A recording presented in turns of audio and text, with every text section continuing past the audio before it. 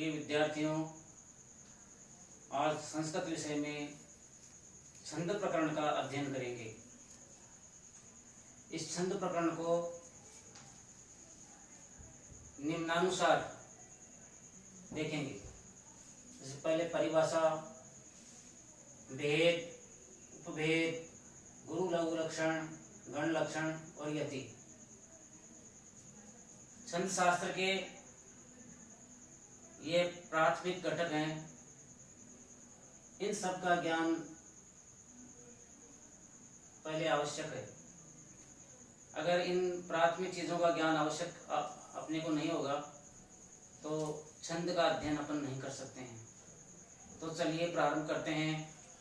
सबसे पहले परिभाषा। परिभाषा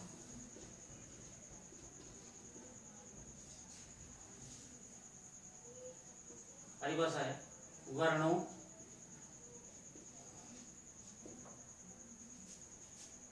एवं मात्राओं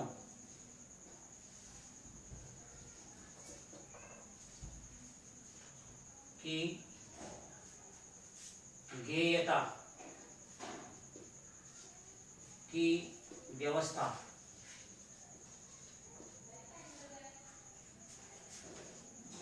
को छंद कहते हैं।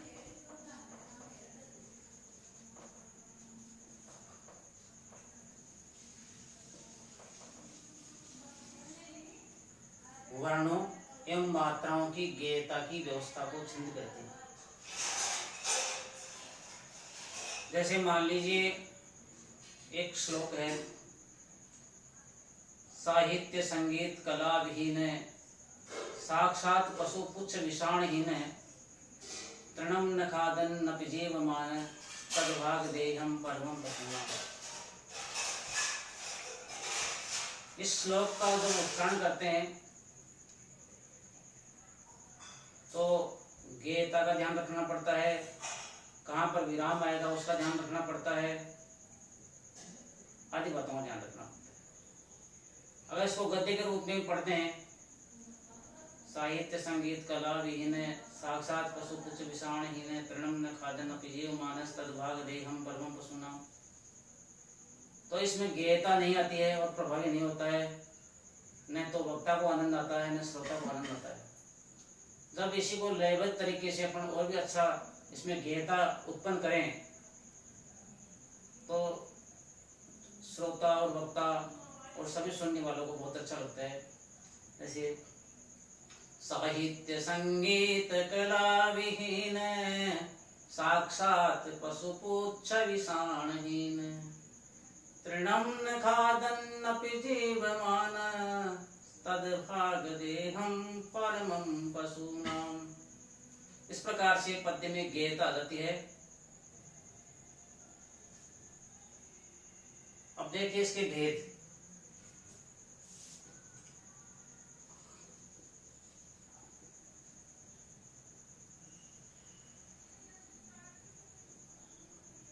सर्वप्रथम इसके दो भेद, वार्णिक छंद, वार्णिक और मात्रिक। छंद तो है मात्रिक।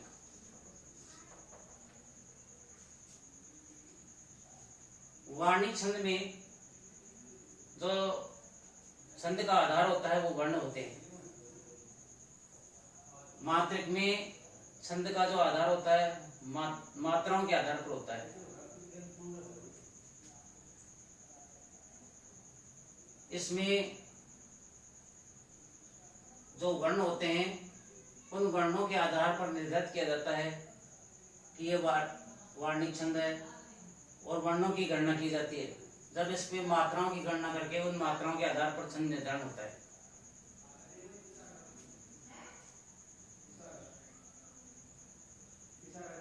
अब जो वार्णिक छंद है इसके तीन भेद किए गए। संवृत्तम,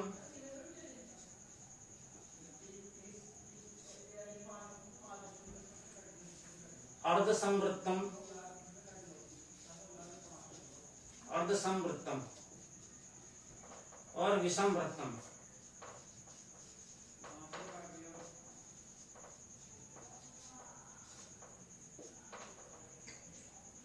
अब इनकी परिभाषा देखिए, परिभाषा नाम से स्पष्ट हो रही है।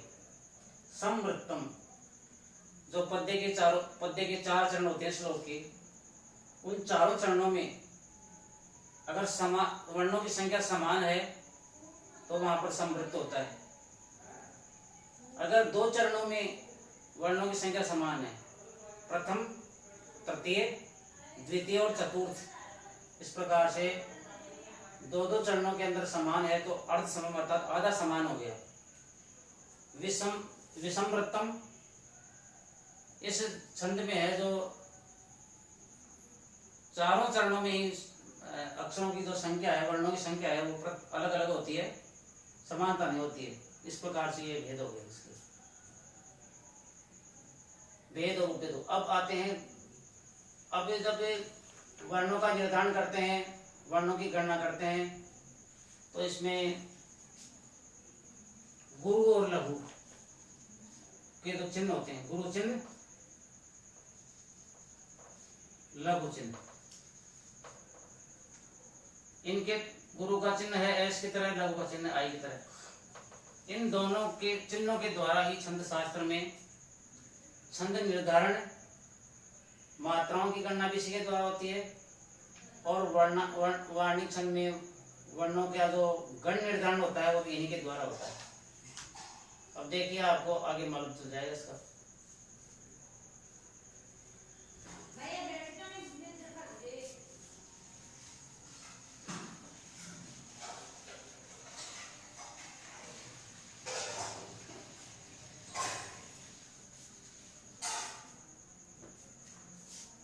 गुरु लघु लक्षणम।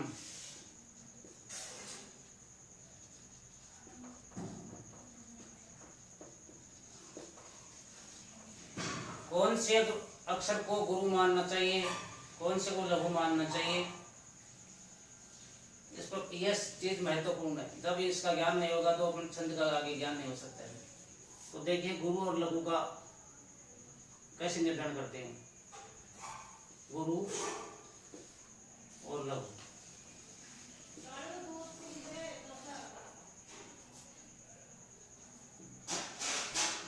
दीर्घ अक्षर, दीर्घ वर्ण,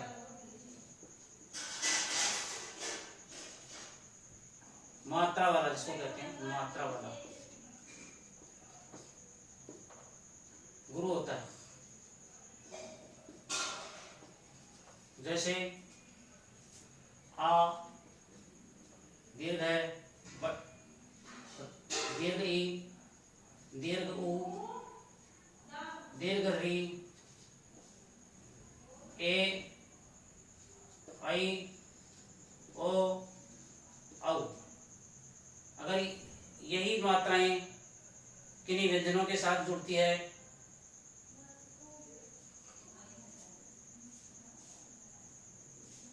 जैसे का,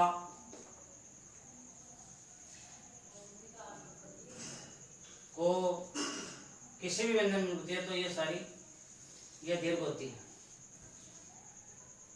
दूसरा है, पहला नियम। दूसरा नियम है संयुक्त अक्षर से पूर्व वाला वर्ण। संयुक्त वर्ण से पूर्व वाला वर्ण गुरु होता है। संयुक्त अक्षर से पूर्व वाला वर्ण गुरु होता है। जैसे खादन अपी,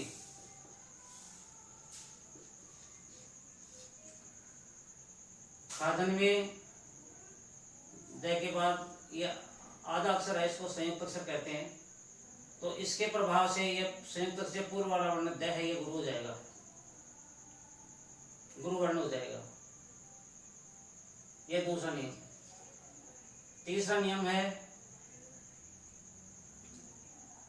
अनुस्वार वाला वर्ण। अनुस्वार वाला वर्ण गुरु होता है। जिसके ऊपर अनुस्वार हो जैसे संगीत, इसके ऊपर अनुस्वार है, ये गुरु हो गया, ये दीर्घ के कारण गुरु हो गया, ये लघु हो गया। चौथा नियम है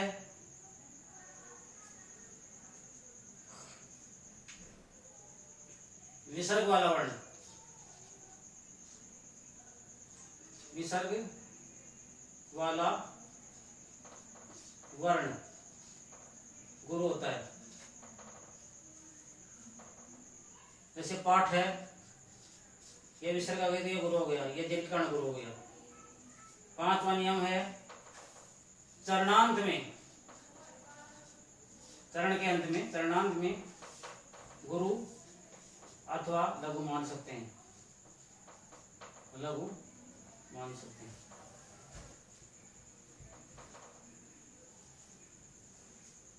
छंद में अपने को गुरु की आवश्यकता है, लघु आ गया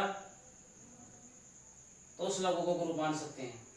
चरण के अंत में, चरण के अंत में अगर लघु आ गया, अपने को गुरु की आवश्यकता है तो लघु का गुरु मान सकते हैं। यह स्वतंत्रता है।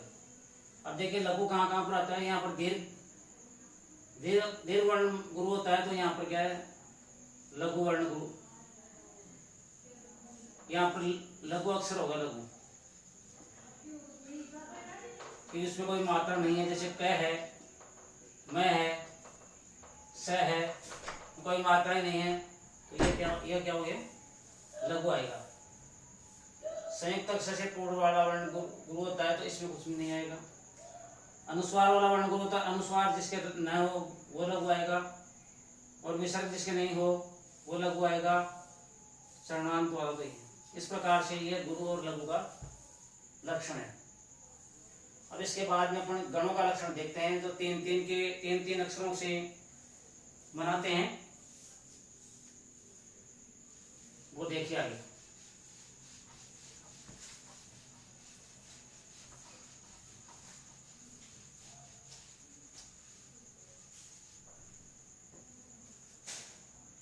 गण लक्षणम।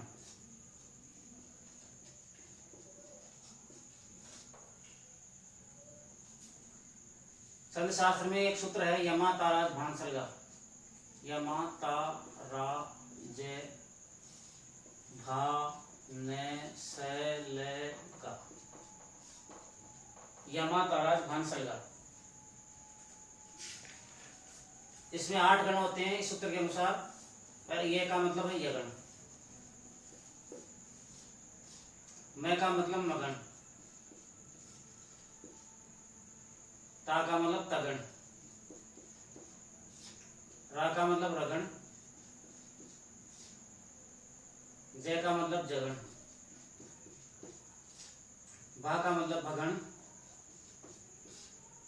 न का मतलब नगण, स का मतलब सगण।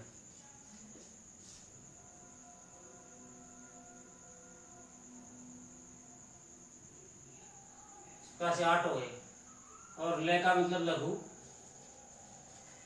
गा का मतलब गुरु। अब इनका स्वरूप देखते हैं कैसे बनता है।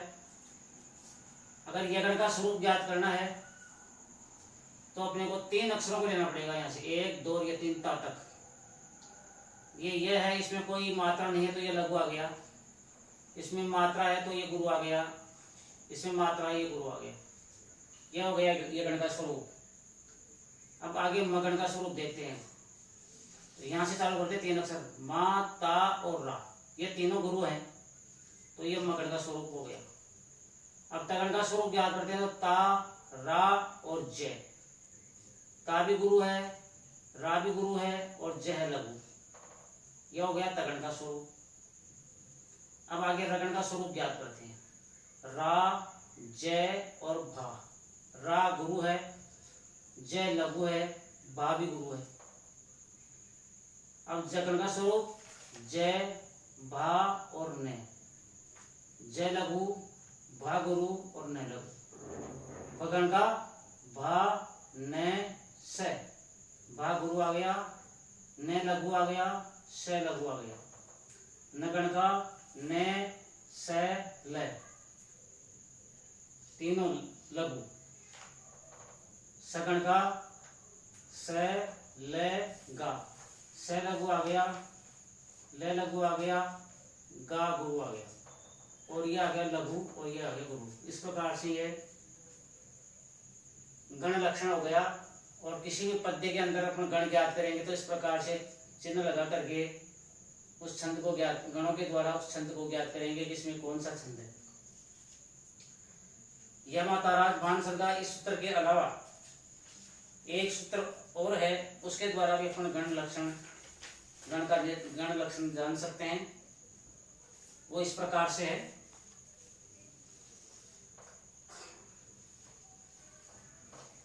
आदि मध्या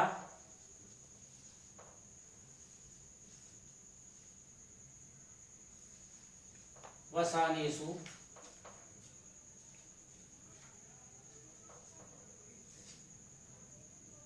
भजसा यान्ति गौरवम। गौरवम आदि मध्यावसानेषु भजसा यान्ति गौरवम यर्ता लाघवम यान्ति, लाघवम यान्ति मनौ तु गुरु लाघवम, गुरु लाघवम।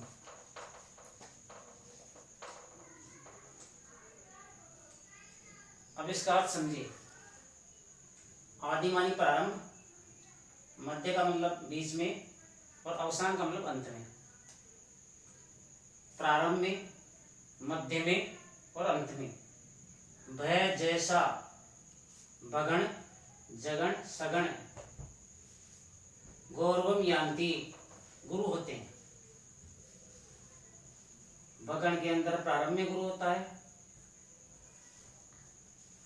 जगण में मध्य में गुरु होता है, सगण में अंत में गुरु होता है। अब इनका इसमें मिलान कीजिए। जैसे भगण आया पहले, भगण, ये है भगण। भगण में आज प्रारंभ में गुरु, यह प्रारंभ में गुरु आ गया, इसके बाद में दो लघु आ गए, तो इसका मतलब ये सही हो गया। जगण में मध्य में लघु, मध्य में गुरु, यह जगण में मध्य में गुरु आ गया। सगण में अंत में गुरु, ये सगण में अंत में गुरु आ गया। ये प्रथम लाइन का अर्थ हो गया। अब द्वितीय लाइन में देखो आप, यर्ता लाघवम यान्ति, यगण, रगण और तगण में लघु होता है, वही प्रथम, मध्य और अंत में। तो यगण में तो प्रारंभ में लघु, यह हो गया, प्रारंभ में लघु हो गया। रगण में मध्य में लघु, ये मध्य में लघु हो गया। तगण में अंत में, ये तगण में अंत में हो गया। मनौ तु गुरु लाघवम, मगण में सारे गुरु, ये मगण में सारे गुरु आ गए। और नगण में सर्व लघु, ये सर्व लघु है।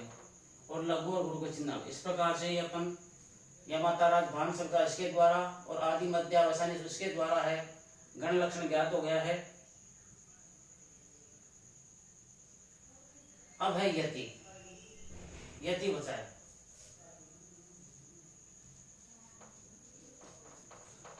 यतिर विराम है।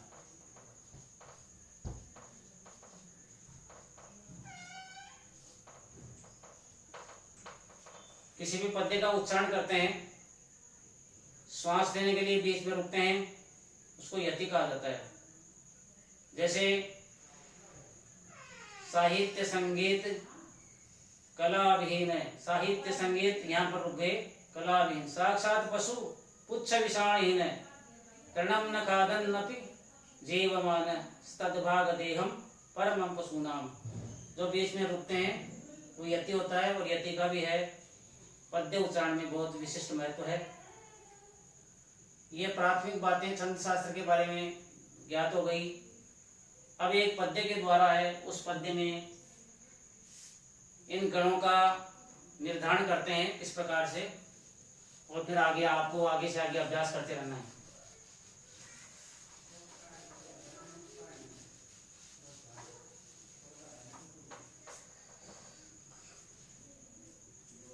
पद्य है ये,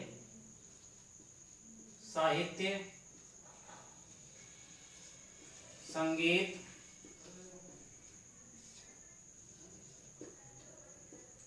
कला विहीन कला विहीन,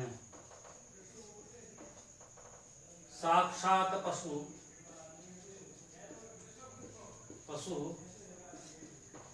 पुच्छ विषाणहीन,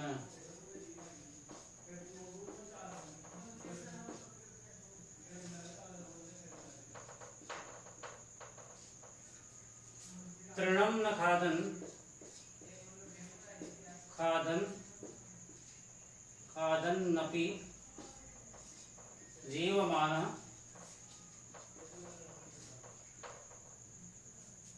तद्भागदेहं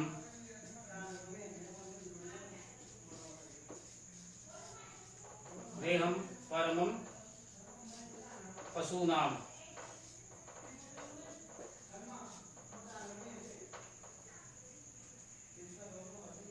अब देखिए आप गण निर्धारण, सा मात्रा वाला है, गुरु हो गया। ही मात्रा वाला लेकिन लघु है, तो ये लघु हो गया, लघु। लेकिन आगे आधा अक्षर आ गया, ये संयुक्त वर्ण के कारण ये गुरु आ गया, और ये आ गया लघु।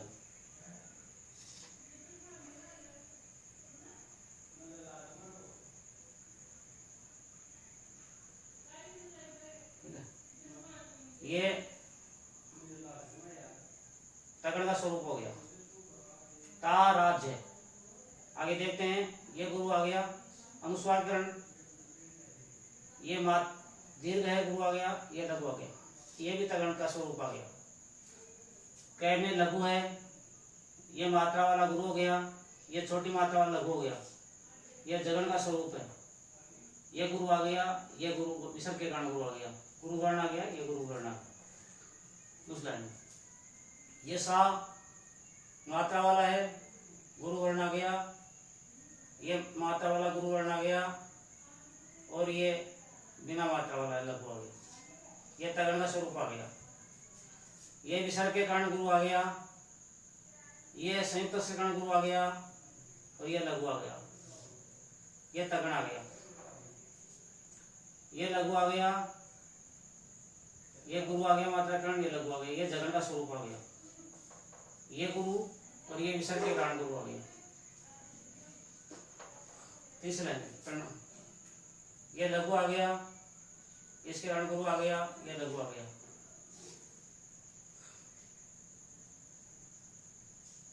ये जगन का स्वरूप आ गया।